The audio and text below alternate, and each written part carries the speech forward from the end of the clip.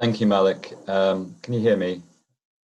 Yeah, Yes. great. Malik, thank you. And um, I feel very humbled by the emotion that you are clearly feeling today and sharing with us all. It's it's tough to hear your emotion, and but the work that you're doing, um, that you're doing with so many people, is more needed than ever. I feel like some of the emotion is coming from a sense that you may be closer to some of what you're trying to achieve than you are before, and you're feeling the responsibility of that. And I just want to pay tribute uh, to the journey that you've been on and what you've held for so long on so many people's behalves. Um, Malik asked me to talk about I can't quite remember what the title of this presentation is meant to be, but something about the challenges of systems change. And I want, my organization funds projects all over the country and is involved in lots of attempts to try and change things. So I just want to quickly run through three elements to that have occurred to me as we've been speaking. And there's almost like stages to how do you, thank you, systems change and its challenges. Thank you, Jacob. How do you go through a system change journey?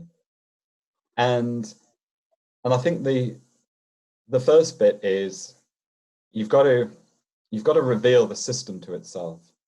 You've got to be clear about what is this system that we are engaged in? How does it work? What are its dynamics? What makes it tick? You can't try and change something you don't understand. And then the next bit is, how do you disrupt that system? How do you start introducing things that start shifting certain elements of it? Because it's nobody is in charge of the system. It's too big, it's too complicated. It's been around too long just to suddenly flick a switch and it changes to something else. The changes have to come through small disruptions. And then through those disruptions start to come possibilities for renewal, openings or space for renewal, to dream, to imagine a different kind of system. But you need to create the space for that through disruptions, because it's very hard to dream about a different system when you're fully inside the old one. So on revealing the system to itself, someone wise once said that systems are perfectly designed to get the results that they get.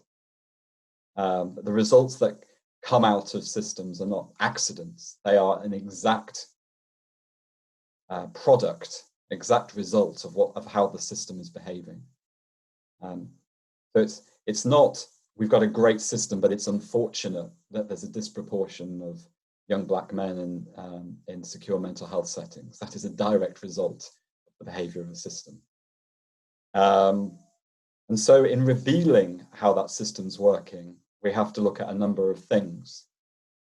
And the first of which is that when you're usually dealing with systems that are that got created years, decades, maybe even centuries ago, that the DNA of those systems got imprinted way back, usually for societies that are very different from the ones that we're now sitting in, but we still are carrying the legacy of the mindsets, the attitudes, the worldviews that shaped those systems. It's become the hard wiring of how those systems behave. And so one of the things to notice about that is that when you're looking at who does and doesn't get helped by any particular system, it's rarely to do with the actual priorities that exist in a community and everything to do with the way that that system has been set up. What it focuses on, who it prioritizes, who it thinks it's there for, is usually in the rules, in the behaviors, in the norms of that system that got set decades ago. And once they are set and institutionalized, they're very, very hard to change. And people come along and they try and do that, but systems are hard, complicated, full of all sorts of interconnected vested interests, and so they stay the same. The other thing in terms of revealing the system is that we continually underestimate the degree to which the problems that systems are trying to solve are often created by that system.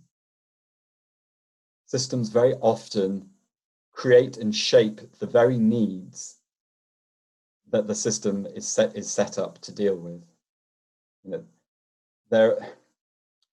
there are many ways in which mental health problems escalate in our communities, which do not exist in isolation from the behavior of our criminal justice, educational, and mental health systems. There are system decisions that escalate and exacerbate the very problems that they're meant to be solving. And then another aspect of our systems that we need to reveal is the way that they reproduce inequalities in their very attempt to tackle those inequalities. So we have mental health problems that are a result of inequalities in our society. And then we have mental health systems that then reproduce those very inequalities in the way that they respond. You just have to look at who is making the decisions about whom, with whose evidence, with whose measures of success, on whose agenda. And I'm reminded here of the famous warning by Audre Lorde, "The master's tools will not dismantle the master's house." You cannot change a system on its own terms. That there is too much weighted in this system that's keeping it where it is. And all of this is about power, and how power has been historically shaped, who turns up, who doesn't feel the need to turn up, and power needs to be disrupted. And then when you move through to disruption, when you start to try to do things differently, a number of things happen. So the first disruption is in mindset, how we view the world, because change requires a mindset shift. And we find mindset shifts. So, you know, a lot will be said about the need to design different interventions, join things up in a different kind of a way. The mechanisms of the system need to be reconfigured. But ultimately, this is about mindsets, about the way we think about things and about the way we relate to things. The mechanistic changes will come later, but at the bottom of this, there has to be a shift in how we are relating to stuff, how we're viewing stuff, how we're thinking about stuff, how we're feeling about it. And that causes shifts in our understanding of our own identity, our own competence, our own status in the system. And this results in feelings of defensiveness, sometimes of grief, because things are shifting. Change creates pain for people, and we don't like pain, so we avoid the change. And then there are kind of questions for all of us in these, when you try and disrupt a system, about our agency. It can all feel too big. It can feel overwhelming. Everything feels connected to everything else. These things have been going on forever. What can I possibly do to shift things? And I think in a sense, this is one of the hardest things of all, that we ultimately all have to recognize that we're all part of the system that we have to, that we're trying to change. The system isn't out there. It's in all of us. And one of the hardest things is to realize that you have to model the change in yourself. And if you can be that change, if you can model it, then you can yourself be an embodied disruption of how the system is operating. And then the next bit, which I think is the bit that we all come upon sooner or later, is that we have to start building new architecture to bring about new results. We can't rely on the old architecture to produce different results. It's designed to produce the results it's producing. We have to start building something new. We have to start connecting things together in different kinds of ways. And the problem with that is that when you build something new, initially, it doesn't look as good as the old thing. It's untested, it looks inefficient, it looks messy. And people in positions of power judge it on the terms of the old system. And what you never hear, and we just heard this in the previous speech, is, you know, this is public money and this needs to prove itself, value for money. Well, what about the value for money of how the old system is operating? The old system is producing awful results already, but nobody says, let's stop spending the money on that. So the new system, the new innovations get judged to a higher standard than the old. And there has to be a recognition, you know, that if we want to change things, things have got to get messy again before they can get neat. You know, as someone said to me earlier today, you've got to go through an unfreeze mode and things start to look a lot more liquid and messy before the thing refreezes again and starts to look more solid. And there needs to be some recognition that you've got to introduce some messiness into the system if you're going to change it. You cannot change things through neatness and keeping things tidy.